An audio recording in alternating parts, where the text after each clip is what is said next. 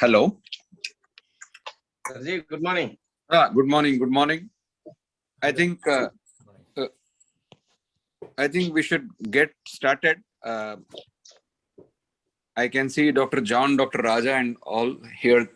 So let's. Good morning, Yes, sir. everybody. Time is already 10 to. Already 10. Good morning to all. After a wonderful session yesterday, I think it's time to get going. Today is a Sunday, and thank you again for joining.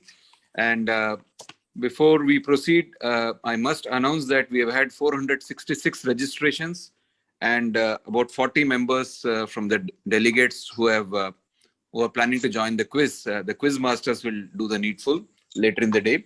So can we have the first talk by Professor John Roshan in the Pediatric Arrhythmia Symposium?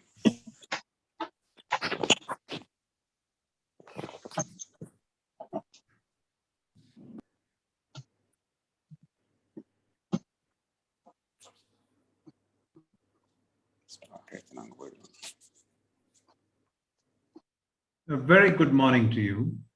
We at CMC Vellore are grateful to the TN Epic team and Dr. Jayashankar for giving us this opportunity to speak to you on arrhythmias and congenital heart disease and the two talks that my colleagues will be doing thereafter. So, looking at arrhythmias and congenital heart disease, I would essentially deal with the scope and nature of the problem, after which we would look at some of the tachyarrhythmias and bradyarrhythmias that are seen, and then deal with individual conditions and the arrhythmias that are relevant to them. And finally, a small note on the mistakes that need to be avoided. So looking at the scope and nature of the problem, of all congenital abnormalities that are seen, cardiac defects are perhaps the commonest, with about an incidence of 9 in every 1,000. Surgery has increased the life expectancy of these individuals. As a result, they are living longer, and the longer they live, the higher is the chance that they would have arrhythmias. Now, what is actually the reason behind these arrhythmias are intrinsic problems that can happen as a result of the altered structure and physiology. Like, for example, sinus venosus ASD, where the atrial septal defect is occupying the place where the sinus node should be, as a result, leading to the sinus node getting dislodged from its normal location and dysfunctional, with such people sometimes developing sinus node dysfunction. Similarly, you can have arrhythmias that are acquired secondary to surgical interventions that have been done, where patients have procedures like the Fontan, which involves a lot of cutting and sewing in the atria, forming substrate with scars, suture lines, and re-entry can take place around them, making them have arrhythmias. So looking at the pre-operative factors that cause arrhythmias in patients who have congenital heart disease, you can have problems with the sinus node, where the sinus node gets displaced or is absent or is dual, as happens in some of the isomerisms. Same way, you can have problems with the AV node, again, where it can be displaced, it can be functioning abnormally. You can sometimes have twin AV nodes like you have in congenital transposition of great vessels or heterotaxis. Same way, you can have AV accessory pathways that are there, like you would have in patients like Epstein's anomaly, where the septal and the posterior leaflets of the tricuspid valve are displaced downwards. So these are some of the pre-operative factors that cause arrhythmias. And you can have post-operative factors causing arrhythmias as well. Here you have sinus node injury that can happen due to extensive cutting and sewing of the atria, AV nodal injury that can happen, particularly when you're doing work on a perimembranous VSD or repairing an aortic valve. You can have surgical scars leading to ventricular tachycardia can develop in future, the very ventricular dysynchrony, hypertrophy of the ventricle, dilatation, fibrosis, scarring, all these things make them prone to various arrhythmias. You can also have accessory pathways that result from procedures like the York Fontan surgery, where the patient's right atrial appendage is sewed along to the right ventricular outflow tract in patients with tricuspid atresia, and this can lead to surgically created accessory pathways, making them prone to arrhythmias. So looking at some of the tachyarrhythmias that are seen in patients with congenital heart disease, accessory pathway mediated arrhythmias, where you can have either orthodromic or antidromic AVRT, where the impulse either travels down the node, goes up the accessory pathway, as an orthodromic AVRT or the vice versa an antidromic. Now, these can be seen in patients with Epstein's anomaly, congenital transposition of great vessels, AV canal defects, ostium primum ASD, and in hypertrophic cardiomyopathy. Now, as you can see in conditions like Epstein's anomaly, where you have the septal leaflet and the posterior leaflet of tricuspid being displaced apically, leading to a continuity between the atria and the ventricles, the annulus has not been properly formed and defined. In such situations, you can have muscle bundles crossing over and functioning like accessory pathways. The same situation happens when you have AV canal defects and ostium primum ASDs as well. Looking at atrial flutters, particularly in the pre-operative setting in patients who have got congenital heart disease, a large number of conditions can have them. And the primary pathology is atrial dilatation. So your right atrium gets dilated, your right atrium gets enlarged. This can happen because of the physiology, like a single ventricle physiology, or a physiology where your outflow from the atria, like the tricuspid valve, is stenosed or atretic. And that situation leads to atrial dilatation and going on to having scar formation and re-entry. The re-entry that happens usually is the typical atrial flutter, though you can have atypical flutters as well. The atypical atrial flutters, which are not isthmus dependent, are primarily seen in patients who have already had surgical procedures involving these atria, where you have suture lines and scars, particularly seen after ASD repair, after the mustard Senning procedure. You can see them after a palliative Fontan repair, and you can see them also post-TA PVC. Now, the problem about this is that these arrhythmias can actually be hemodynamically detrimental, and these patients tolerate them very poorly. They become very symptomatic. Worse is that these atria, when they are in the abnormal rhythm, have a higher chance of atrial thrombi forming, which can embolize in future. Atrial fibrillation is another arrhythmia seen in congenital heart disease. It increases with age. The longer the patient survives, the higher the chance the patient is going to have atrial fibrillation. Obviously, the atrial scars, sutures, dilatation is what contributes to this, and it's seen in about 30% of patients with congenital heart disease. A brief mention about junctional ectopic tachycardia. Now, this arrhythmia is usually seen in the post-op setting, 24 to 72 hours post-op.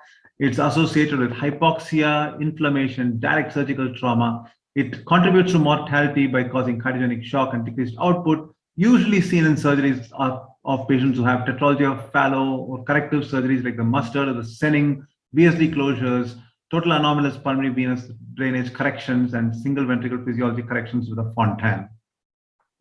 Moving on from the tachyarrhythmias to bradyarrhythmias, sinus node dysfunction, as we know, can be due to intrinsic causes, as in sinus venosus ASD or the Epstein's anomaly, or they can be due to post-operative causes, as you could see in the mustard procedure, Senning procedure, Glenn or Fontan procedure.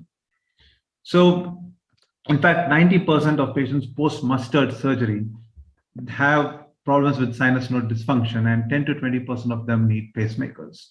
Now, these surgeries like mustard Senning involve a lot of work done in the atria, leading to a lot of scarring, fibrosis, and inadvertent damage to the sinus node. Looking at AV blocks can be seen in corrected transposition of great vessels where you have a double discordance. You can also see AV blocks with heterotaxy syndromes, and in post-op, after you have perimembranous VSD closure or AV canal defect repairs or aortic valve repair, where work is done very close to the AV node and it may get inadvertently damaged. Looking at corrected transposition of great vessels, where you have a double discordance, there is a stretch when the region of the conduction system from the AV node going down to the bundle of His. And this stretch makes it vulnerable to getting dysfunctional early. And often you have these patients developing congenital complete heart block, even from before they are born, or they may develop it over the course of their life. In addition to that, patients with CTGV also sometimes have twin AV nodes. And when you have twin AV nodes, it's similar to what happens in isomerisms. Some of them have a connection between them like a Monckeberg sling, and they can have AV nodal reentrant tachycardia as a result of it. Accessory pathways are also not uncommon in patients with CTGV. The ostium primum ASD, again, involves part of an endocardial cushion defect-like situation where you have the part of the interatrial septum and the interventricular septum not being formed properly, as a result of which the left anterior fascicle tends to be damaged. You tend to have left anterior fascicular block in these people. They're also prone to posterior-septal accessory pathways. So as you can see, this patient has got a right bundle branch block like you would see in lead V1 in patient with right bundle with ASDs. In addition to that, you also see a left axis deviation suggesting an ostium primum ASD. Moving on from there to individual conditions, and we are looking at atrial septal defects, of which the most common problem seen with atrial septal defects is volume overload of the right atrium. You can see from this ECG, you have very tall R waves in V1, very tall P waves suggestive of atrial volume overload leading to atrial enlargement, making them prone to arrhythmias like the typical atrial flutter. Sinus venosus ASD, where the ASD is located exactly where a sinus node needs to be located, the sinus node gets displaced inferiorly, as a result of which you have a leftward shift of the axis. So your P wave is negative in the inferior leads. You also have long sinus pauses, and your PR interval is short. You can also see the characteristic right bundle branch block morphology that you would see in patients with ASCD. These patients can also be prone to atrial flutters because of the great amount of atrial dilatation that happens in ASDs. And once you have these atrial flutters, this was a patient that we had done the procedure on. He had an atypical atrial flutter. Mapping showed a scar in the posterior and the lateral aspect of the atria with a channel through which the re-entry was taking place. We had to ablate this channel and close the channel to prevent further re-entry and terminate the atypical flutter.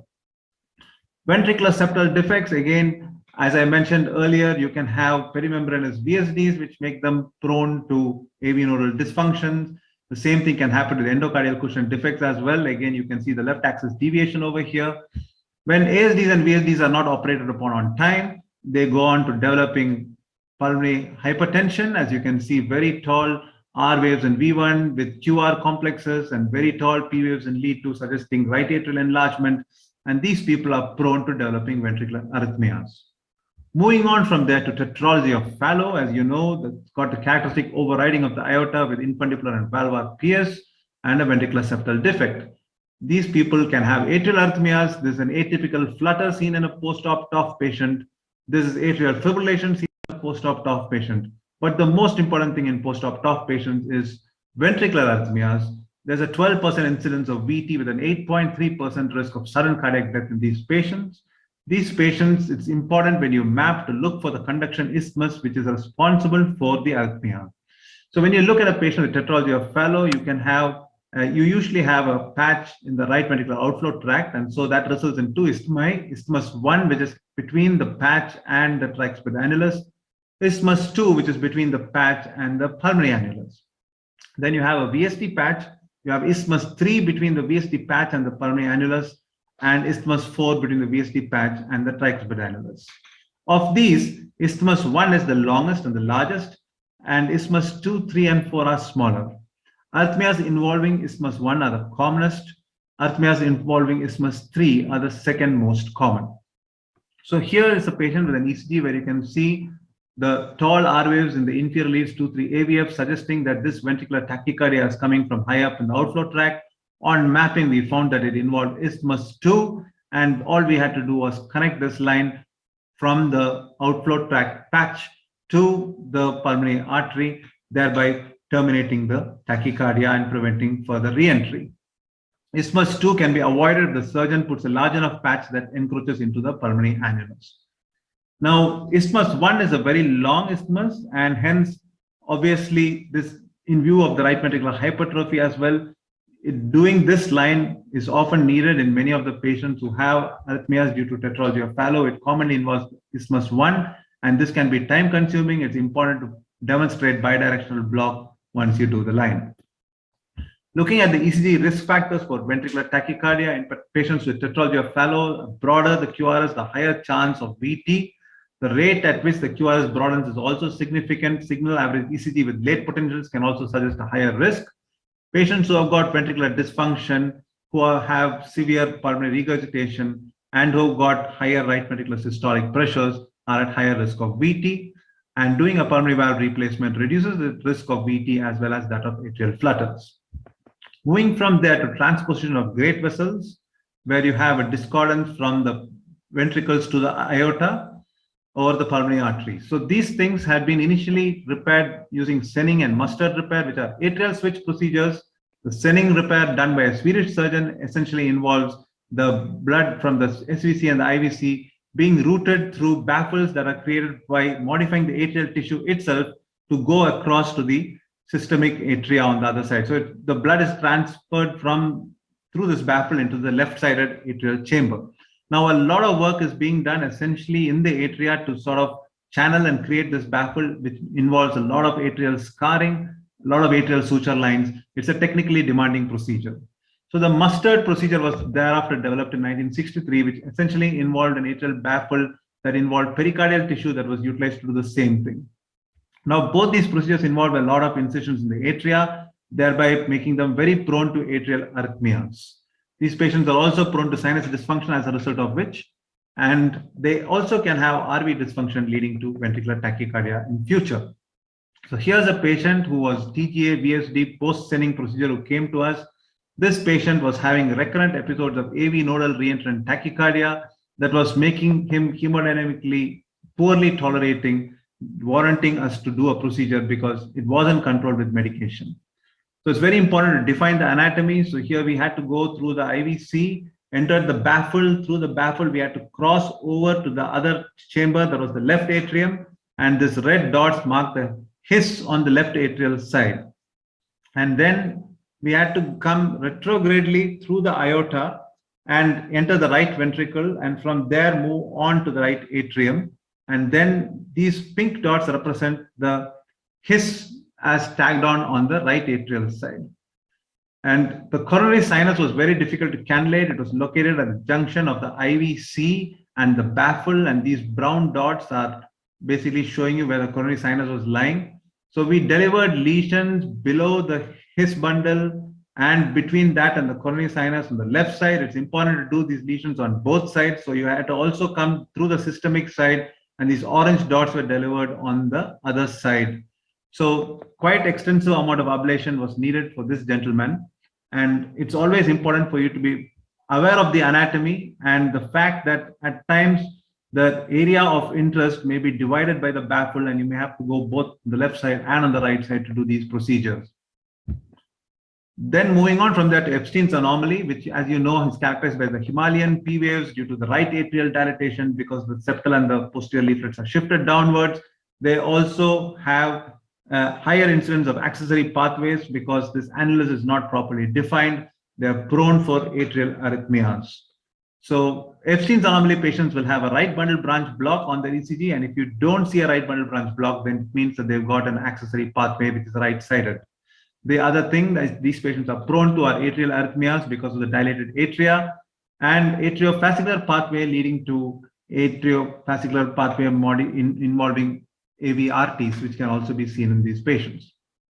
Single ventricle is associated with a large number of arrhythmias, the same suspects as we've seen before. These patients are usually treated with Fontan surgery. The initial Fontan surgery involved connecting the right atrial appendage to the pulmonary artery.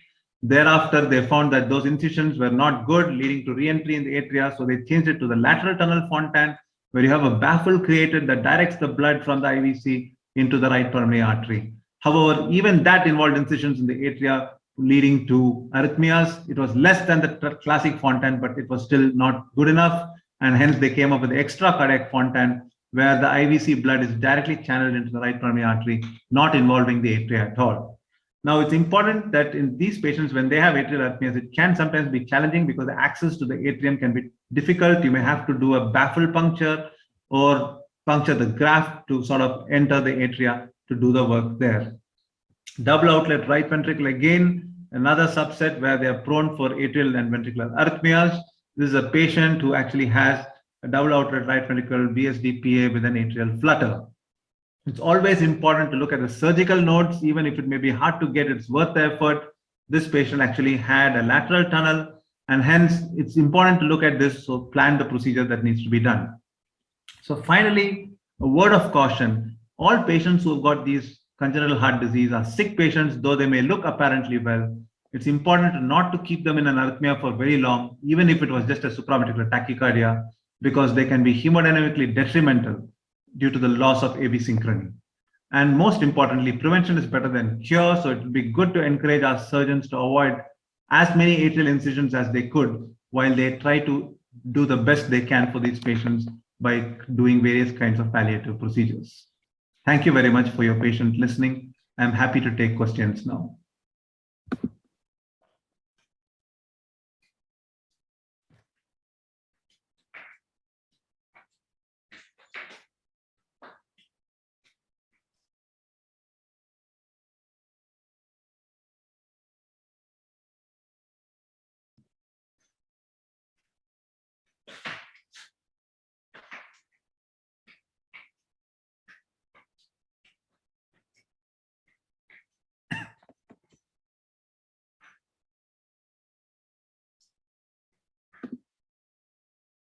In the Department of Cardiology, CMC Vellore.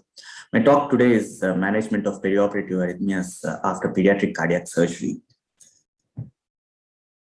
By the way of introduction, the incidence of tachyarrhythmias after pediatric cardiac surgery has been reported as high as 48%.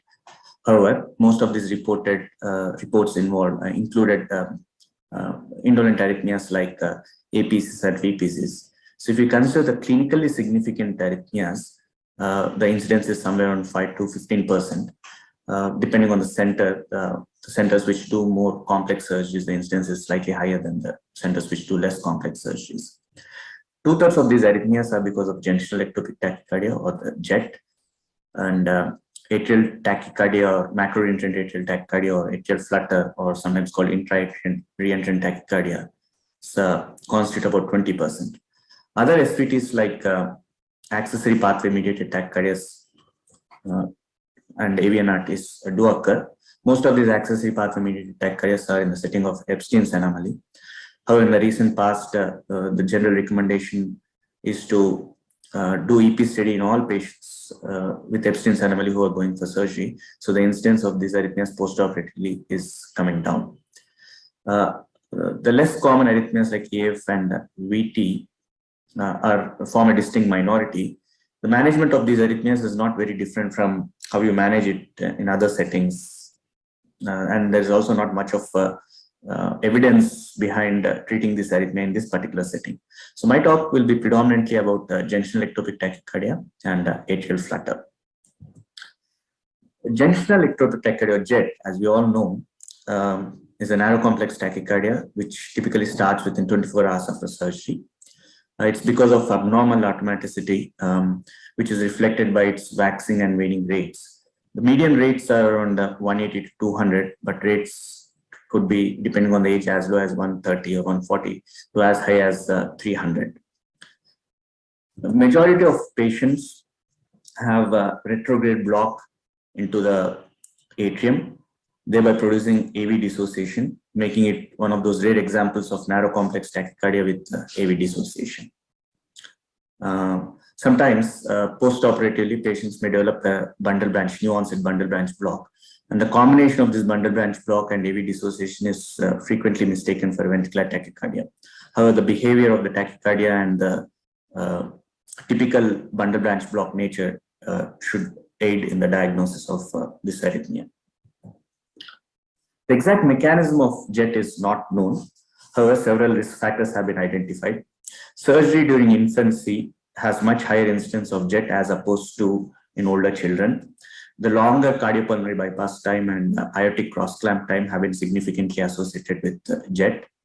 The more the complexity of surgery obviously results in longer cardiopulmonary bypass time has been associated with more incidence of JET.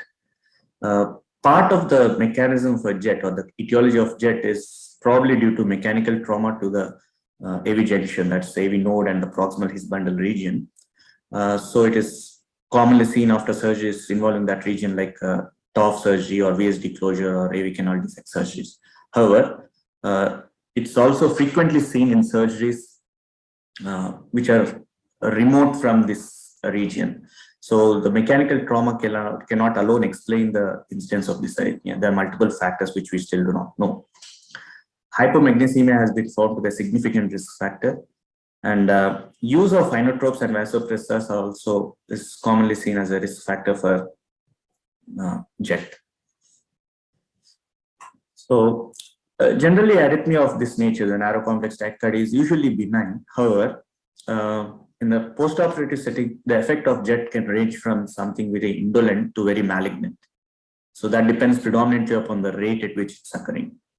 So the hemodynamic effect is mainly because of the rate, and second, because of the majority of patients, as we have seen, it's AV dissociation.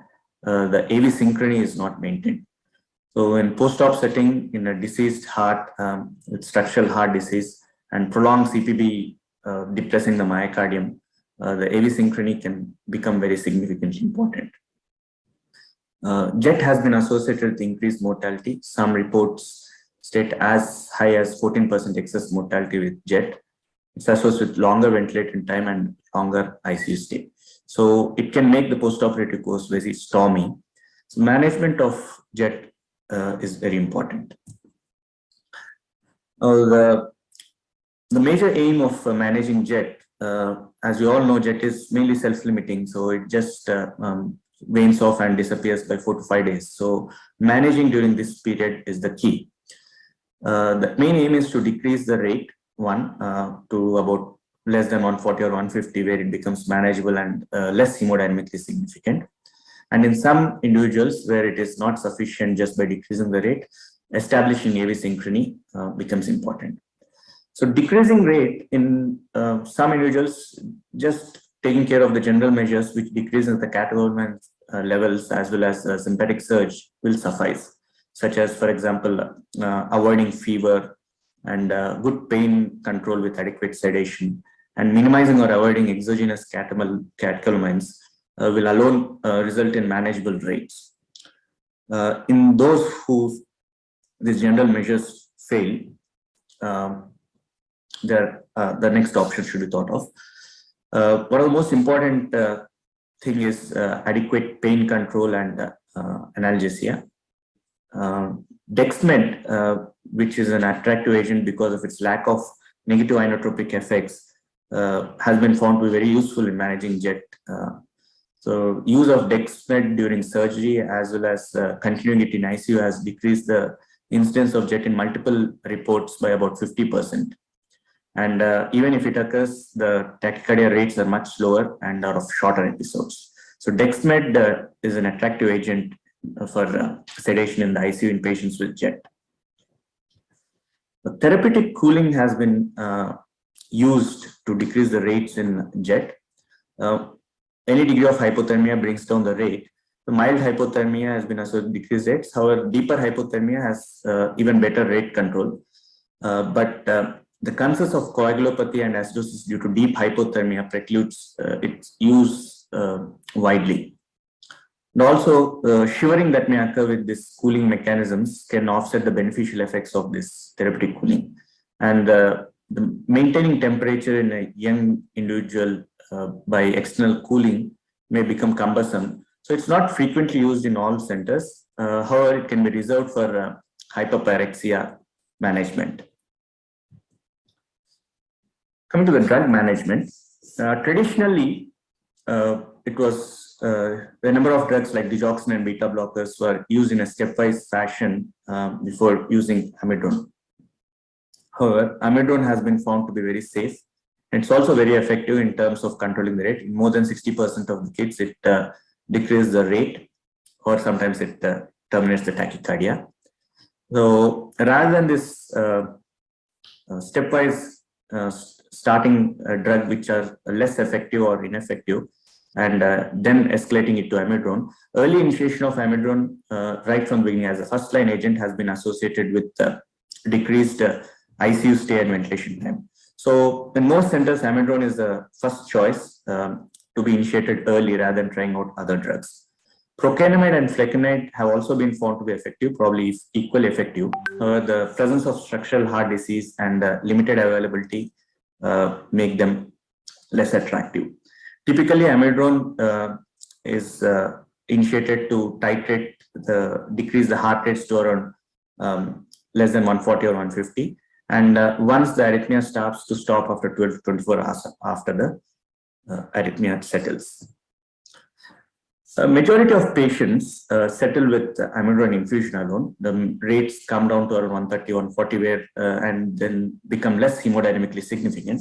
However, in a small subset of patients, the AV synchrony, establishing AV synchrony becomes important. Majority of these patients with JET who have retrograde block have antegrade normal conduction. If that is the case, AAI pacing at slightly faster rate will suffice to establish the AV synchrony.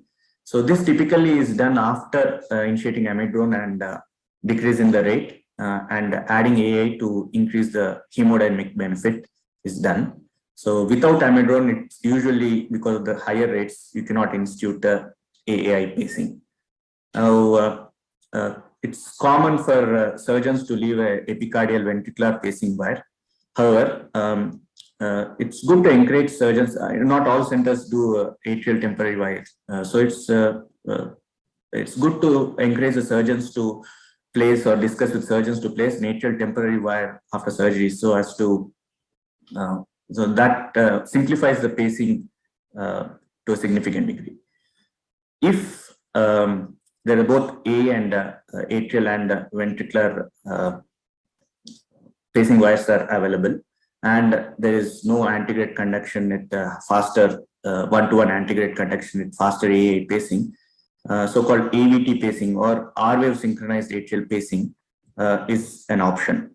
So technically, this is done by connecting the atrial lead to the ventricular port of the temporary pacemaker and the ventricular lead to the atrial port of the temporary pacemaker.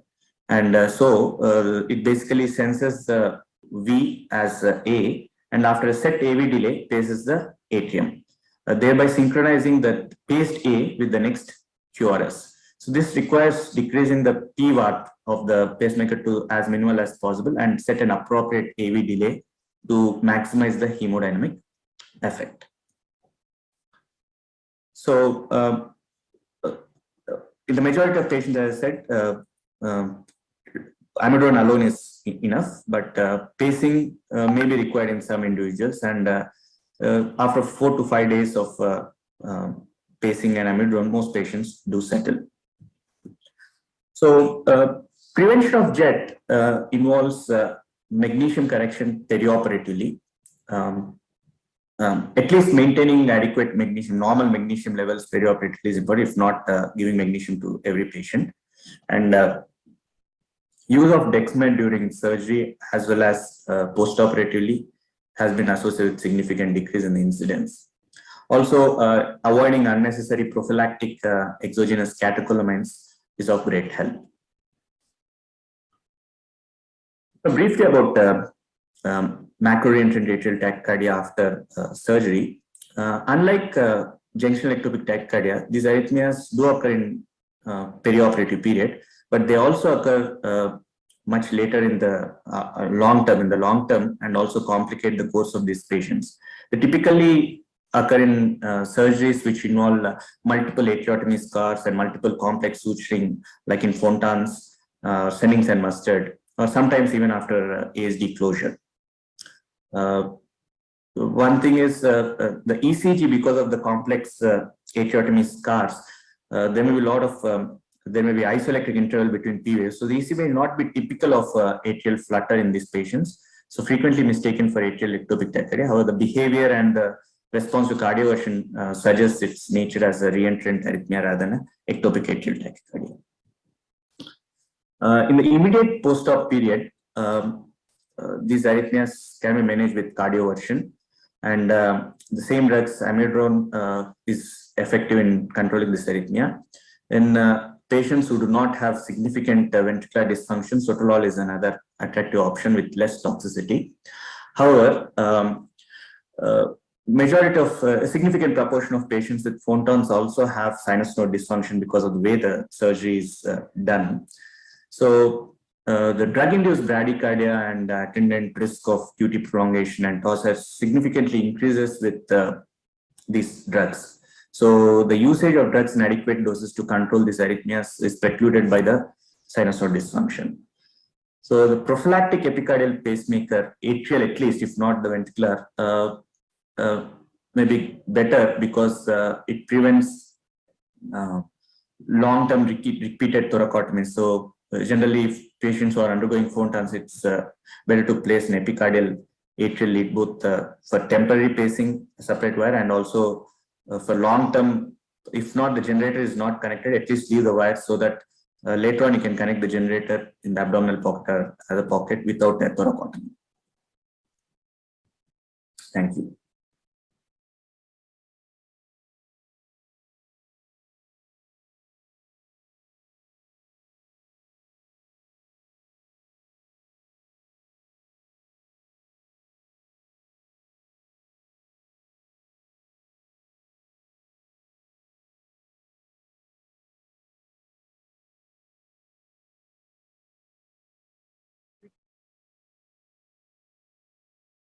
Good morning, everyone.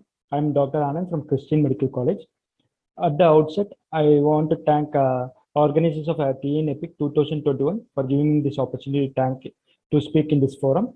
My topic is when to ablate in a child. I'll go through this topic under this following headings. First one will be the risk associated with ablation in pediatric population, why to ablate in a child, things to consider prior to ablation, steps to reduce complications, and indications for ablation. So risk associated with ablation, it is weight less than 15 kg and age less than 1.5 years have been found to have higher risk with ablation. The complications associated with ablation are AV nodal blockage, which is more common in ablation of septal accessory pathway and also slow pathway ablation, AVNRT. Also, there is complications of pericardial effusion and tapping and coronary artery injury, and death have been reported with ablation in pediatric age group. The most common cause for death was coronary artery injury. Probably most common is a left main coronary artery thrombosis and also due to ventricular perforations. The complications were lesser in more experienced centers. So, with this risk, why to ablate in a child? This is because patients, children put on medical management, even on medications, they can have drug refractory tachycardia. And when you hike up the medications or start in class 1 or class 3 medications, they have adverse effects. And also, in patients with congenital heart disease, there is tachycardia leads to increased risk of hemodynamic compromise. And another important thing is inability of the small children to effectively communicate their symptoms, leading to incessant tachycardia. Because of this incessant tachycardia, they can develop person with tachycardia in this ventricular dysfunction and also hemodynamic collapse. Okay, so things to consider prior to ablation. So, what is the mechanism of tachycardia likely to be? What is the natural history of this tachycardia? And is there any alternative to catheter ablation? Okay, the mechanism of the tachycardia or the substrate depends upon whether it's a structural heart disease is present or not.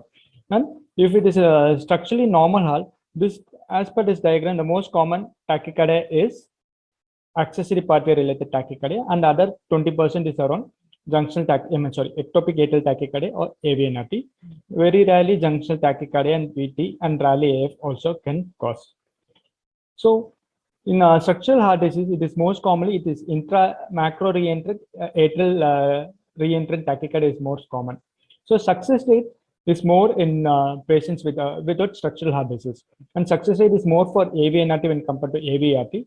And in AVRT, left lateral pathway has higher success rate when compared to septal accessory pathways, and also when compared to right lateral pathways. The complications also to be considered when you know whether it's a structural heart disease or not. In structurally normal heart, if it's a septal accessory pathway or a AVNRT, the risk of AV nodal block is to be considered. So, in the substrates of structurally normal heart, this accessory pathway, what is the natural history? Studies have shown that after infancy, after 1 year of age, there's a disappearance of AVRT or pre-excitation in about 1/3 to 2/3 of these children. Even if it recurs after this age, they can be medically managed and they are well tolerated. There was one study which showed a high 5% mortality in AVRT and pre-excitation presenting in infancy. The mortality, cause for mortality was due to either a medication effect or a hemodynamic compromise and tachycardiomyopathy due to incessant tachycardia, and rarely due to sudden cardiac death due to AF with fast ventricular response leading to VF. So prior to considering catheter ablation, is there any alternative to catheter ablation? So either there are two options, either there is no treatment, we don't want to give treatment, or second is medical management. In no treatment, as we have seen already in natural history of AVRPs, after infancy, 1/3 to 2/3 gets disappear. So in such a case, after infancy, we want to decide whether to continue medications or not. In that case, like esophageal EP study helps in guiding medications. So if the studies have shown that negative predictive value of about 74 to 100% with esophageal EP study, our center, the negative predictive is around 89%.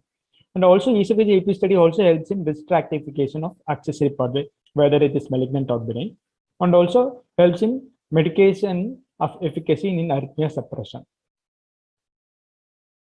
So coming to medications, what is the second option is medications. Mainly beta blockers and digoxins have been tried in pediatric population, and they have a success rate about 50%. If they're not able to control with beta blockers and digoxin, they can go up at class increase start in class 1 or class 3 drugs, but they have their own increased side effects. But most important thing you should consider is all these drugs does not protect against AF with fast ventricular rate. Coming to ablation, we'll first look into radiofrequency ablation. Physics behind it, the lesion size is directly proportional to the catheter tip size, proportional to the temperature, power, and duration and number of RF applications. The RF lesion size varies from non-existent to 5 to 6 millimeter in radius. The size of the heart depends upon the body surface area. Smaller the child, smaller the body surface, and smaller the size of the heart. In such a case, ablation of 5 to 6 millimeter will produce a larger lesion when compared to a baby with a larger surface area. Other thing to become important to consider is maturity of the heart. The child is very young, this is more immature, and the lesion size in this immature heart may increase in size as the child matures. Coming to the complications, death have been reported is about 1% in various series. It is mainly due to thrombosis of the coronary arteries, mainly left main coronary arteries, some are due to ventricular perforation. Other important complication, AV nodal blockage, which is more in children with less than 15 kgs. It is also more in patients septal accessory pathways and AV node. And as we already mentioned, the triangular cock depends upon the body surface area. This is a formula for a size of the triangle of cock in according to the body surface area. Smaller the body surface area, smaller the cock's triangle. So even if you ablate in this region, the lesion size may be extending to more areas because of a smaller heart, and that may damage the AV node. This is a picture from Cabrera et al. From JACC EP 2020. This is the highlighted area is the bundle of his. This is the CS and this is the AV node. So in children, you should not be very careful. You don't go the roof of the CS because ablation in this area can damage the AV node. As this is a fluoroscopy from adult where ablation above the CS os can lead to, in this area, about 1 to 1.5 centimeter inferior and atrial to the his can lead to AV nodal damage. In children, we should be very cautious in ablating this accessory part, septal accessory pathway and slow pathway ablation because of the smaller heart. Even if you're below the roof, it may sometimes cause damage to the AV node. Other important thing is coronary artery injury. It is of it can be immediate effect due to thermal injury leading to thrombosis and spasm. And second is delayed effect, which is due to because of this thermal injury, it leads to inflammatory response and subsequent narrowing. So child ablated several years back may develop angina and come to the hospital.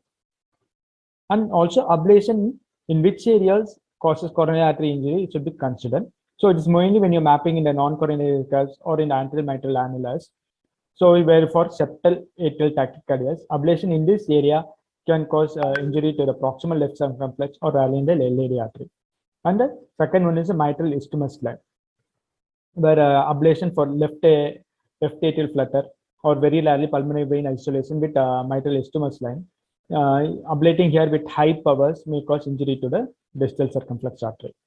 or when you're mapping in the middle cardiac vein or in the CS for postseptal accessory pathway, ablation may cause injury to the PD or branches of the RCA. And sometimes, very rarely, ablation in the slow pathway region on the right inferior extension sometimes can lead to injury to the PDA branch and the AV nodal artery. So, what are steps or modifications to be done while planning catheter ablation in pediatric age group? Better to use small French catheters with smaller tips leading to smaller lesion size. And also test the location accuracy by giving a lesion for very few 5 seconds or so for at lower temperature and lower power, and assess whether there is AV nodal blockage is there or not. If it is not there, then increase the power and duration. And also reduce the number of RF applications. Studies have shown that higher the number of RF applications, higher the risk of complications. And also reduce the individual RF applications to less than 20 seconds. And another important thing is avoidance insurance lesions. And another important thing is planning alternative use of considering using alternative energy like cryotherapy. So cryotherapy study, most important advantage of cryotherapy is the reversibility of injury when stopped immediately. This reversibility of injury occurs for both the disc tachycardic substrate and also the AV nodal structure. When the tip temperature is up to -30°, there is reversible damage. So once you stop at that level, when less than -30, you see a complete heart block.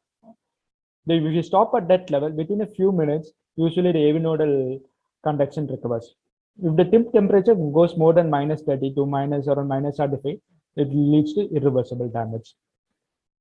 So another important advantage of is stability of catheter. This is because as the tissue under the catheter tip freezes, it makes the catheter stable, and this prevents it from dislodging and injuring the surrounding structures.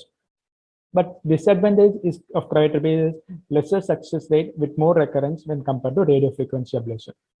But most important thing in pediatric age group is we have to accept failure rather than going on burning, because this increases the risk and at the same time reduces the success rate. So finally, coming to the topic, when to ablate in a child. So from all this data and studies, have compiled into two headings: less than 15 kg and more than 15 kg. And there's been expert consensus statement from patients HRC given in 2016. So less than 15 kg, you have to consider ablation only if it is absolutely necessary, such as WPW with pre-excitation, sudden cardiac death, WPW and syncope with a documented R of less than 250 milliseconds, or PSVT, which is incessant or recurrent with ventricular dysfunction, or VT with hemodynamic collapse, and it is amenable to RFA. In more than 15 kg, it is similar to an adult population, but however, the risk of complication is slightly higher when compared to adult, but it is not shown to be significant. And PSVT, which is recurrent or incessant, which is drug refractory, or the family wishes to go for ablation, you can consider. And the SVT in congenital heart disease to be considered for ablation. So finally, coming to the conclusion, catheter ablation should be considered only in life-threatening arrhythmias or drug refractory arrhythmias. Before considering catheter ablation, alternative methods should be considered, like whether esophageal EP study is warranted or not, can be done or not, to look for any inducibility of tachycardia, or whether medications has been tried or not, and if available cryotherapy. In India, it is just now coming, cryotherapy is coming up. And other, while after planning ablation, during the ablation, measures should be taken to reduce collateral damage during ablation, and also have a lower threshold for accepting failure. Thank you.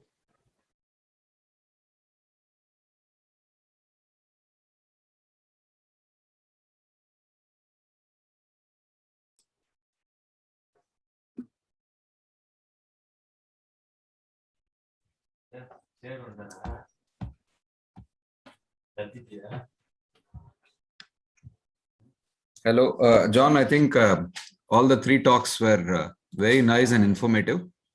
For those of us who are not into this subspecialty of EP, the pediatric side.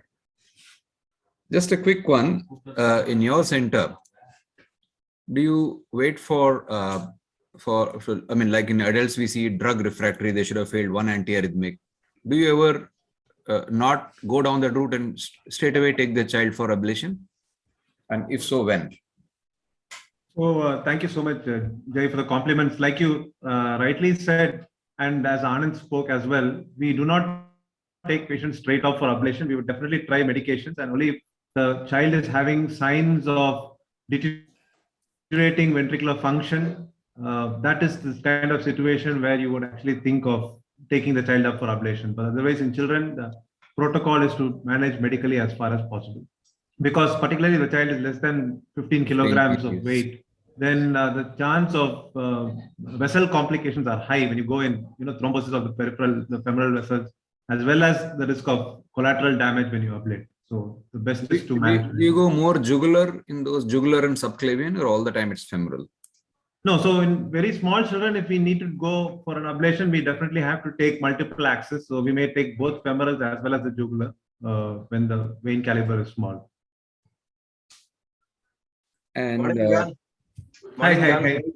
Morning, Guru. How are you? Yeah, cool. So I just have one. Any latest updates, on the guide recommendations, So for the pediatric ablation guidelines, any European Society or American Society, any latest update I want to hear. Do you have any, class 1 guidelines? No, so I think the Guidelines. latest was what was covered actually by Anand when he spoke about the indications for ablation. That is sort of the latest that we have. So you wouldn't jump and do an ablation for a child. You would only do with specific indications like Anand mentioned.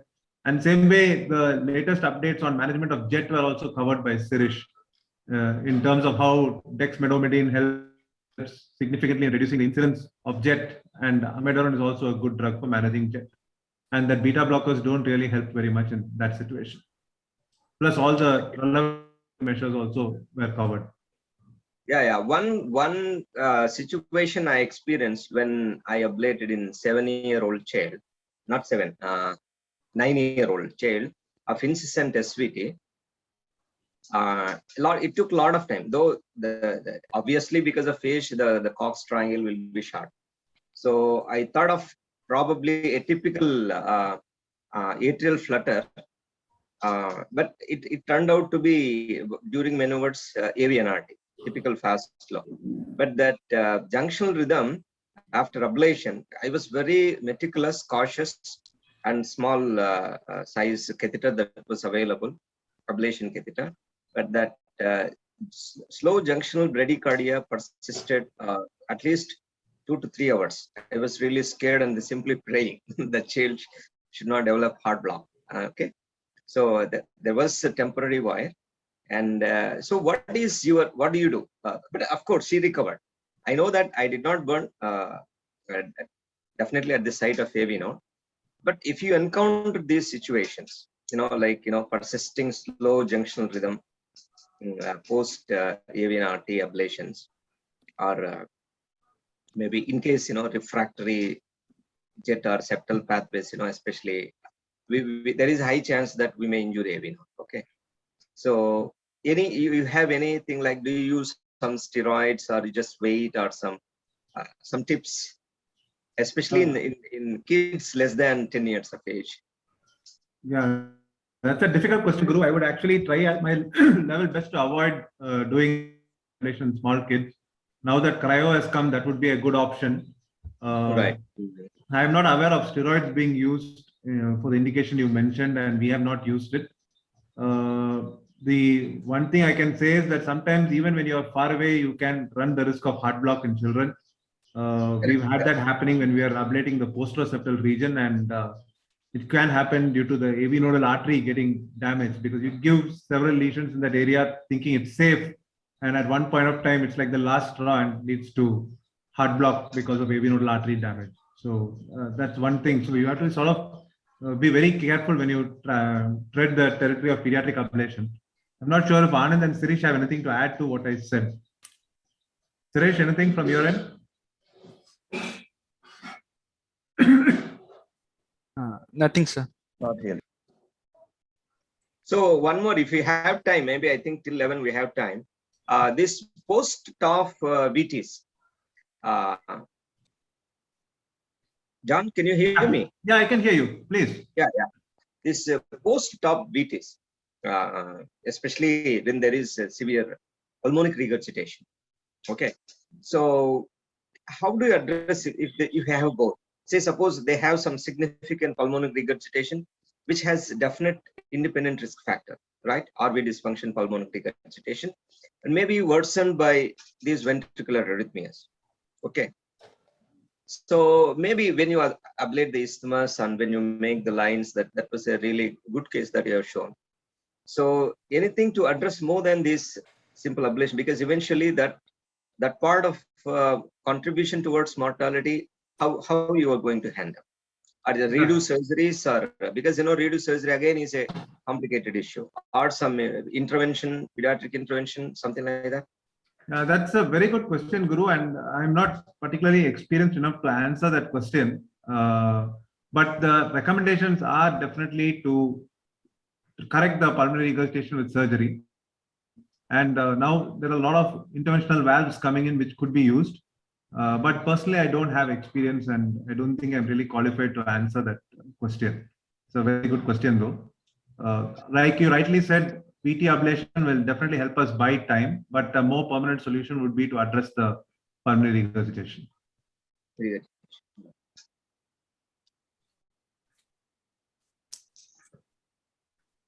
Any other special tips for people who would like to get into this pediatric ablations? Guru, I find, is very excited, and nothing, sir. This I encountered these two patients when I was in Philadelphia, this Hanman University, during my small observation period. So one child we lost actually because of severe PR and VT. But there was one mortality. So I remember those two boys.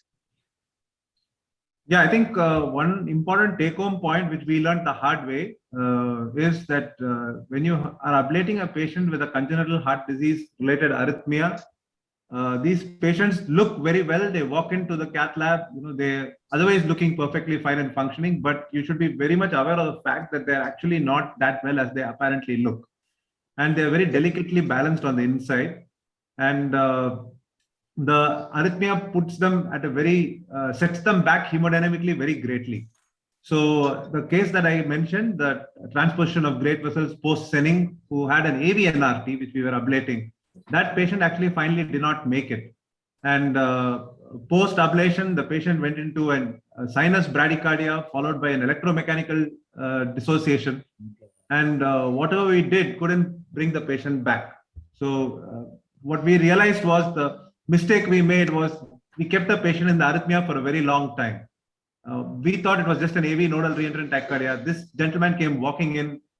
He seemed apparently well, so we didn't really gauge how much the arrhythmia actually was affecting him. And so my request to the audience would be that don't take these patients lightly. In fact, serial blood gases may be needed during the procedure to monitor how the patient is doing and how the hemodynamics are.